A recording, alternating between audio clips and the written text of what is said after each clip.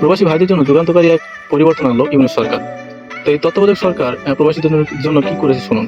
দেখেন, এর আগে যখন আমাদের প্রবাসী ভাইয়েরা কঠোর পরিশ্রম করে বাংলাদেশে রেমিটেন্স প্রদান করে যখন একটু বেড়ানোর উদ্দেশ্যে বাংলাদেশে আসতে চাইতো, এয়ারপোর্টে এসে তারা খুব খারাপ ব্যবহার পাইতো। এয়ারপোর্টে বিভিন্ন ধরনের হেনস্থার শিকার হতো, এমনকি কোনো লাগেজ যদি চুরি হতো তার কোনো সুষ্ঠু সমাধান তারা দিতে পারতো না।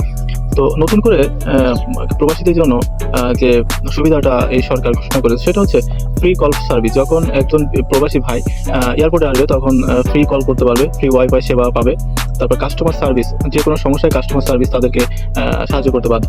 তারপর দ্রুত লাগেজ প্রদান। তো এর পরবর্তীতে কি হচ্ছে যে ভালো ব্যবহার, বিদেশি প্রবাসী ভাইদের সাথে ভালো ব্যবহার করতে হবে। এবং লাস্ট যে সুবিধাটা প্রদান করেছে, লাগেজ ভাঙলে বা হারালে কর্মীদের বেতন থেকে সেই ক্ষতিপূরণটা প্রবাসী ভাইদের দেওয়া হবে।